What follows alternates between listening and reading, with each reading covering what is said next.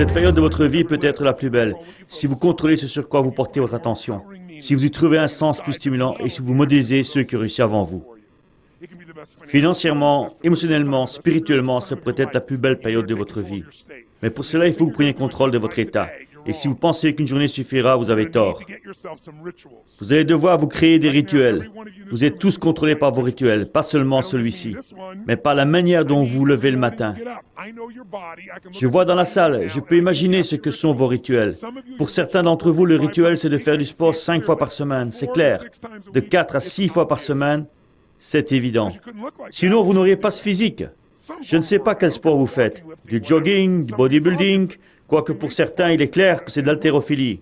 On le voit aux muscles, ce monsieur là-bas. Je sais les rituels que vous avez. La vie dépend de nos rituels. Mais si vous n'avez pas vos rituels, vous vous trompez vous-même.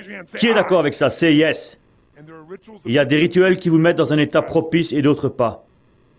Vous avez des rituels relationnels, physiques, financiers, et ces rituels qui marchaient en automne, lors de la saison de la récolte sur les marchés dans les milieux économiques et financiers, ne marcheront plus maintenant. Si vous faites le bon truc au mauvais moment, vous souffrez. Je répète, si vous faites le bon, vous allez me dire, oui, Tony, je fais ce qui est bon, mais je n'ai pas récompensé. Si vous faites ce qui est bon au mauvais moment, vous n'êtes pas récompensé, vous souffrez. Donc il faut faire la bonne chose au bon moment. Pour cela, il faut savoir dans quelle saison vous êtes et donc apprendre à changer votre état, à prendre le contrôle de votre propre conditionnement. C'est pour cela que je suis là. Ça a du sens, oui ou non? Dites oui ou non? Le moment est venu de vous entraîner à le faire. Je vais vous montrer à quel point vous pouvez changer très rapidement. Faisons le test. Je vais vous montrer ce que vous pouvez faire en changeant seulement le point de focalisation. Asseyez-vous bien droit sur vos chaises avec plein d'énergie. Assurez-vous que votre voisin soit également dans un état propice, sinon ajustez-le. Regardez autour de vous dans la salle et cherchez tout ce que vous pouvez trouver de brun. Cherchez du brun, cherchez du brun, cherchez du brun autour de vous. Cherchez du brun, du brun, du brun. Fermez les yeux. C'est le test. Les yeux fermés, dites-moi à haute voix tout ce que vous avez vu de rouge. Si vous souvenez plus de brun que de rouge, dites « Yes ». Ouvrez les yeux et cherchez du rouge maintenant.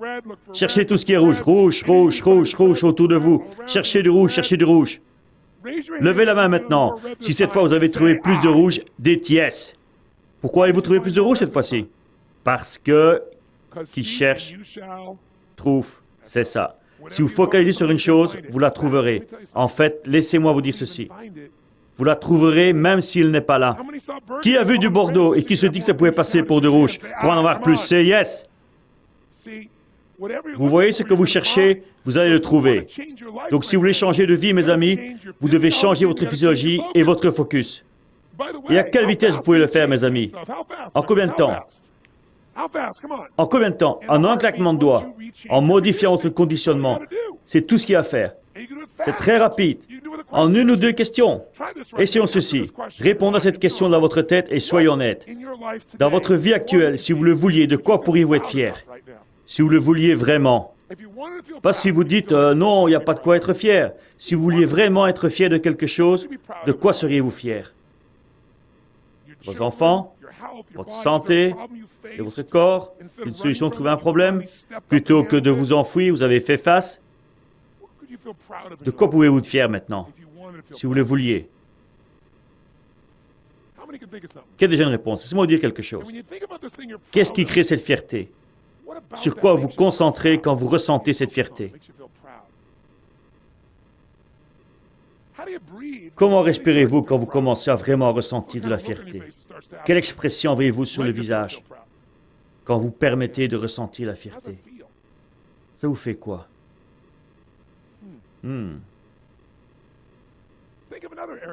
Pensez à un autre domaine de votre vie pour lequel vous ressentez de la gratitude. Ah, si vous dites, non, j'ai pas de gratitude.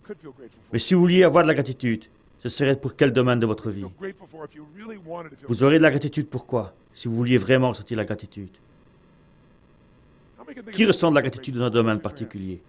Levez la main. Et sur quoi vous focalisez-vous pour ressentir cette gratitude? Ça vous fait quoi quand vous sentez vraiment et totalement empli de gratitude?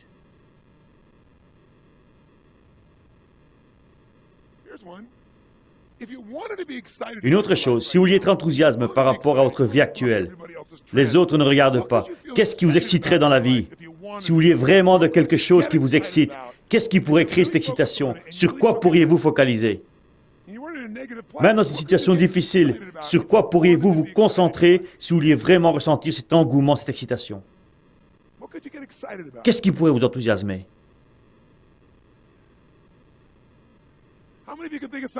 Qui a trouvé une chose qui l'enthousiasme pour les exciter? Dites oui, say yes! Et qu'est-ce qu'il y a de si excitant dans ce feeling? Comment vous sentez-vous? Comment parlez-vous? Comment vivez-vous? Et puis votre enthousiasme est communicatif, oui ou non? Absolument. Et au fait, ne vous sentez-vous pas différent d'il y a quelques minutes? Say yes. Pourquoi? Parce que le focus est contrôlé par les questions que l'on se pose. Si vous changez la question, une fois ne suffit pas, mais de manière continue, vous obtiendrez une réponse différente.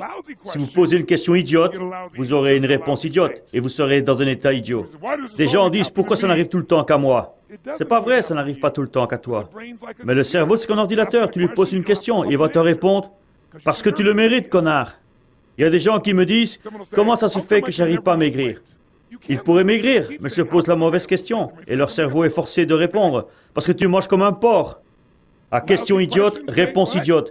Si vous posez une meilleure question, vous obtiendrez une meilleure réponse. Ce que je veux vous faire comprendre, c'est que vous pouvez changer l'état en combien de temps? En un claquement de doigts. Et si vous en faites une habitude, vous changez de vie.